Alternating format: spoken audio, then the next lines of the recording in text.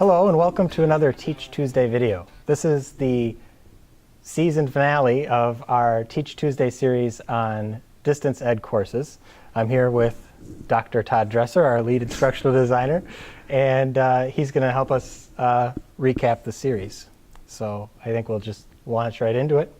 So Todd, we approached this topic by looking at a few key scenarios. We looked at synchronous rooms, discussion-based, project-based, and skills-based courses. So what are some of the key, or what is the key common thread amongst those courses all in the distance environment?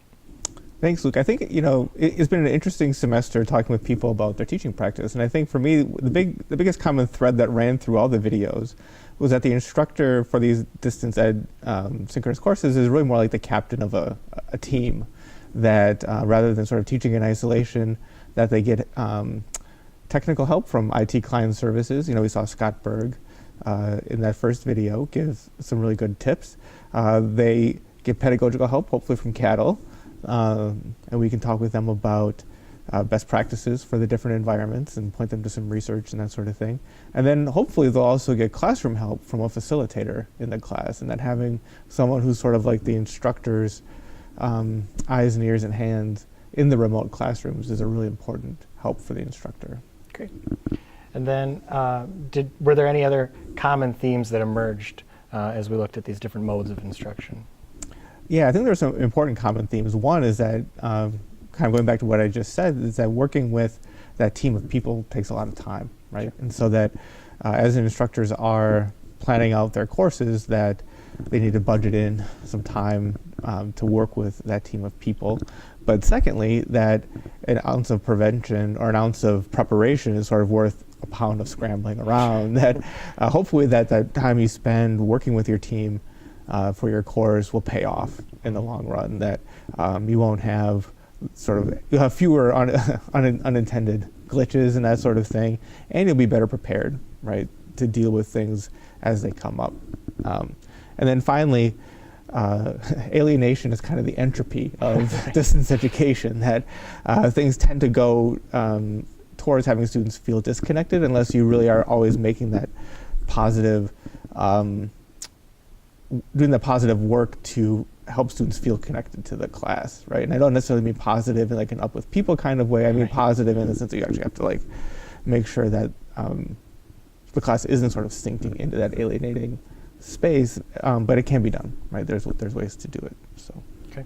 And then given the ground that we covered across the different modes, I imagine that no course maps 100% onto just one of them. Yeah.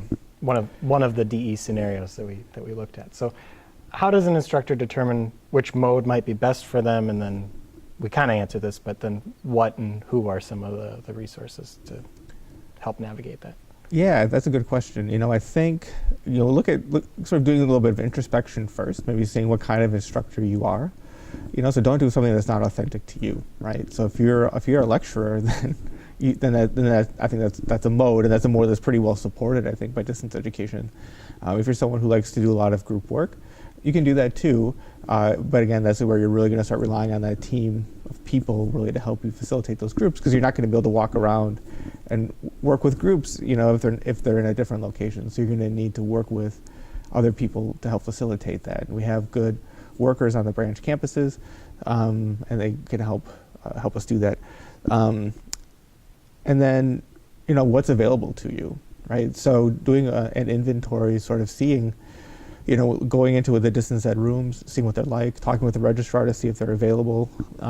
If not, talk with client services to see what technologies they can use to adapt the room to your teaching style, right? And so that you're not always necessarily adapting your teaching style to the room, but that you can also adapt the room to your teaching style a little bit too.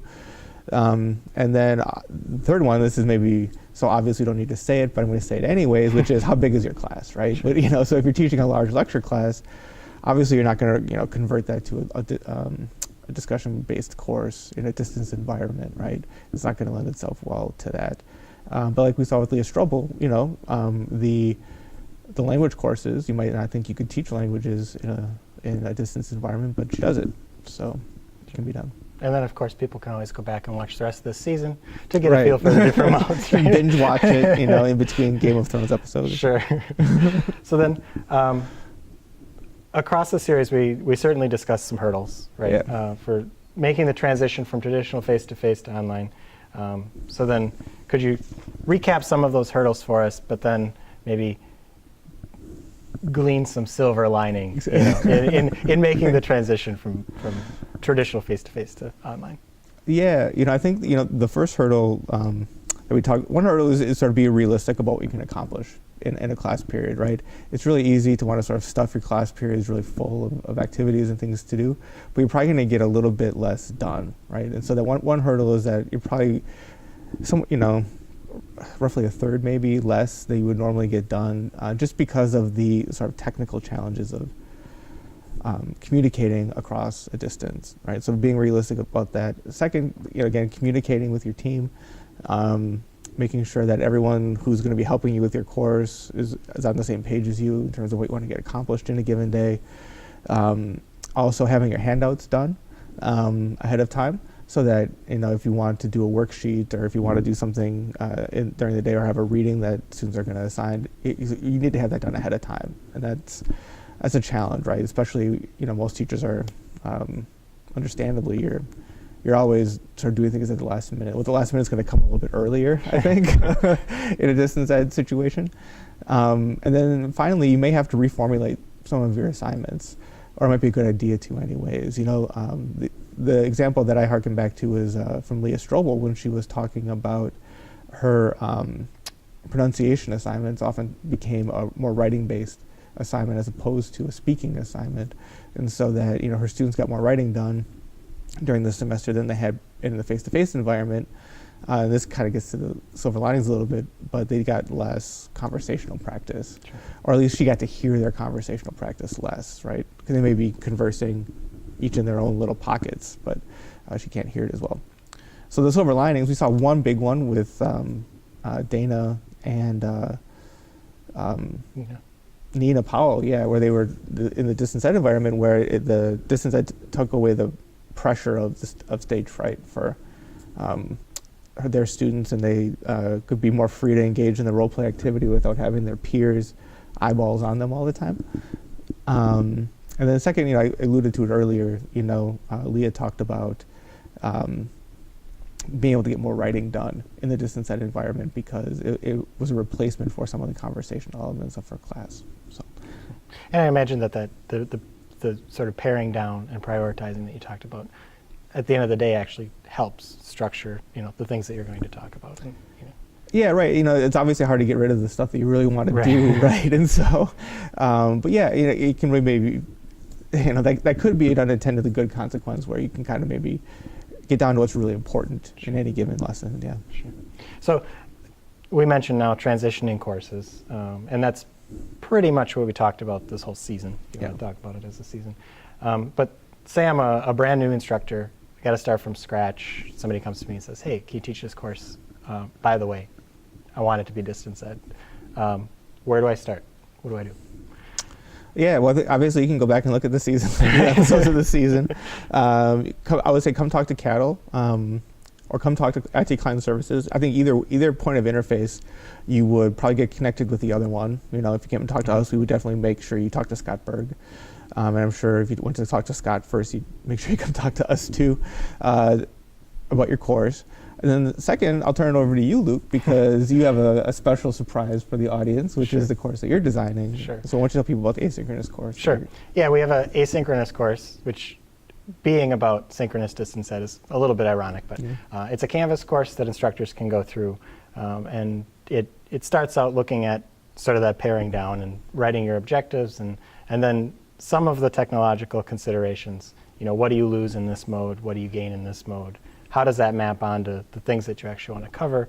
And along the way, instructors are given some work to do. And then the end result is essentially a lesson plan for a synchronous distance session. So you talked about preparing your assignments and your worksheets for the session. That's included in there.